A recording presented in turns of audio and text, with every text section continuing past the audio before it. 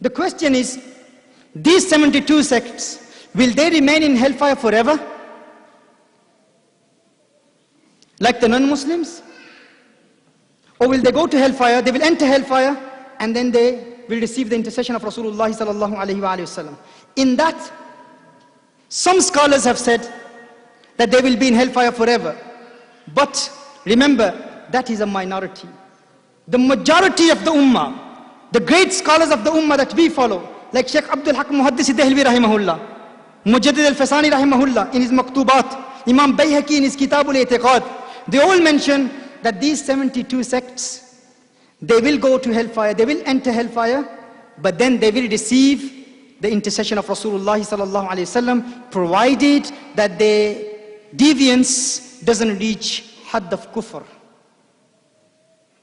Do you follow what I'm saying? Do you understand? 72 sects. The Prophet Sallallahu Alaihi Wasallam said they will go to hellfire. They will enter hellfire. But will they remain in hellfire forever? Is there eternal punishment for them? For deviant sects?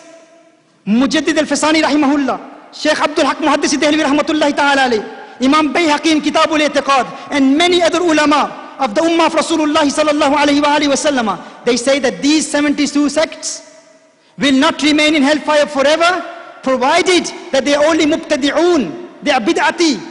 But if their bid'ah reaches haddul kufr, meaning if they deny things which are known with necessity in Islam, daruriyat of deen, things which are ma'lum min ad-deen bid-darura, then within that sect, bid'ati sect, within that group of people of bid'ah, then they will reach the daraja of kufr. They will remain in hellfire forever.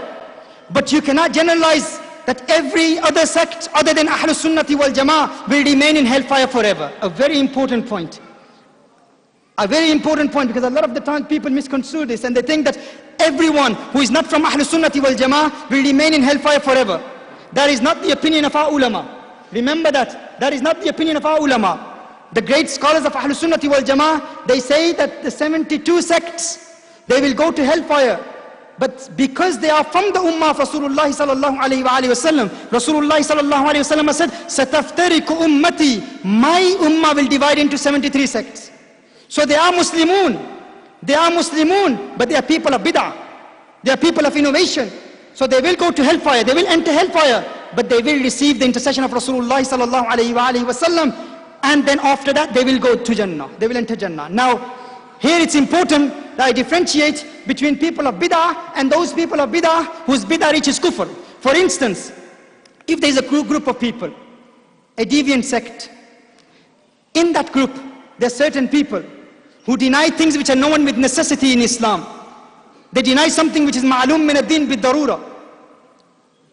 Such as if someone insults the Prophet Sallallahu Alaihi Wasallam, if someone applies a derogatory comment against Rasulullah Sallallahu Alaihi Wasallam, and the ulama of the ummah, they give a verdict of kufr upon that person, then he belongs to that deviant sect. He is a bid'ati, but he is also a kafir, on the basis of denying things which are known with necessity in Islam. So he's a bid'ati, he's a mubtadi, but remember, his bid'ah has reached kufr.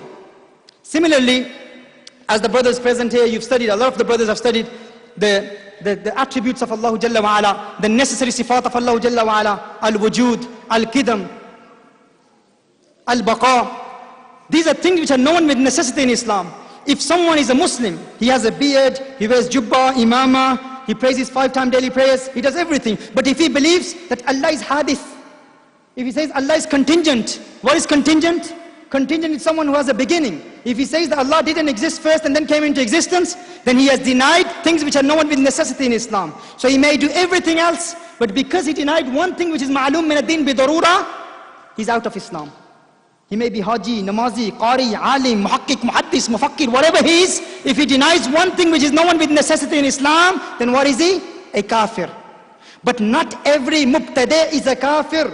A lot of our people, they have this habit. फुलां ये सारे गुस्ताखे रसूल हैं, ये सारे गुस्ताखे रसूल हैं, फुलां ग्रुप के लोग ये सारे गुस्ताखे रसूल हैं. Be careful, brothers. A very important message. Do not call everyone a gustakhe rasul.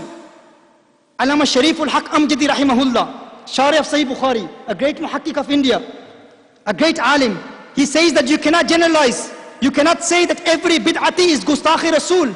He may travel with them. He may study in the institute. He may even believe that Mawlid is a bid'ah. Even if someone says that Mawlid is a reprehensible innovation, you cannot do his takfir. Because believing in celebrating and commemorating the birth of Rasulullah Sallallahu Alaihi Wasallam is not known with necessity in Islam. When we are referring to the day of the birth of Rasulullah Sallallahu Alaihi Wasallam, Mawlid has two meanings. It's a masdar also, and it is a zarf. Zarf of zaman or makan. If it's referring to the time to commemorate the birth of Rasulullah Sallallahu Alaihi Wasallam, when the Prophet Sallallahu Alaihi Wasallam came to this dunya, commemorating that is not known with necessity in Islam. But to be displeased at the arrival of Rasulullah Sallallahu Alaihi Wasallam, that is kufr. If someone says, I'm not happy because Rasulullah Sallallahu Alaihi Wasallam came to this dunya, that is kufr. But generally, if someone doesn't celebrate the birth of Rasulullah Sallallahu Alaihi Wasallam, he's not a kafir. So remember, he may be a bid'ati, but he's not a kafir. We cannot do his takfir. So the ulama say that this entering Jahannam divides into two types. One is khulud fin nar, and the second is dukhul. Dukhul is to enter Jahannam, to go to Jahannam, and khulud is eternal punishment. Khalidan or khalidin applied in the Quran. What is khulud? To remain in hellfire forever. So what is our aqidah about the 72 sects? That these 72 sects, if they are not kuffar, and remember, every kafir is a bid'ati. Every kafir is a bid'ati, but not every bid'ati is a kafir. Every non-Muslim is a deviant, but not every deviant is a kafir. So if someone is a deviant, someone is a bid'ati, you can't say that he will remain in hellfire forever. Because eternal punishment is for those for kuffar, or those Muslims who have insulted the Prophet ﷺ, or they denied something which was known with necessity in Islam, they will be in hellfire forever. Is that clear?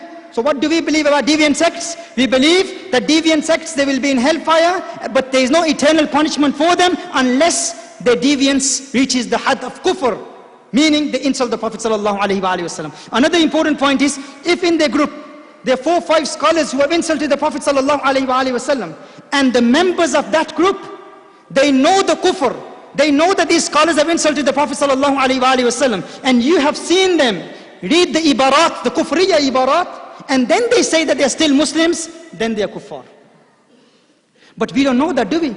People who travel with certain Jamats, people who study in certain institutes, we don't know that if they believe, if they are aware of the kufr of the ulama, we do not know that. We have no knowledge of that. So therefore, be careful. Do not call everyone a Gustakh Rasul. Say they are bid'atis. Call them mubtadi'. Do not call them Gustakh Rasul. What if that individual is not a Gustakh Rasul and you're calling him a kafir? And to call a Muslim a kafir is kufr itself. So there needs to be a balance. That is important. Khulud fin nar, dukhul fin nar. Is there any doubt in this? Is this issue clear? Do you all understand this? Not every bid'ati is a kafir.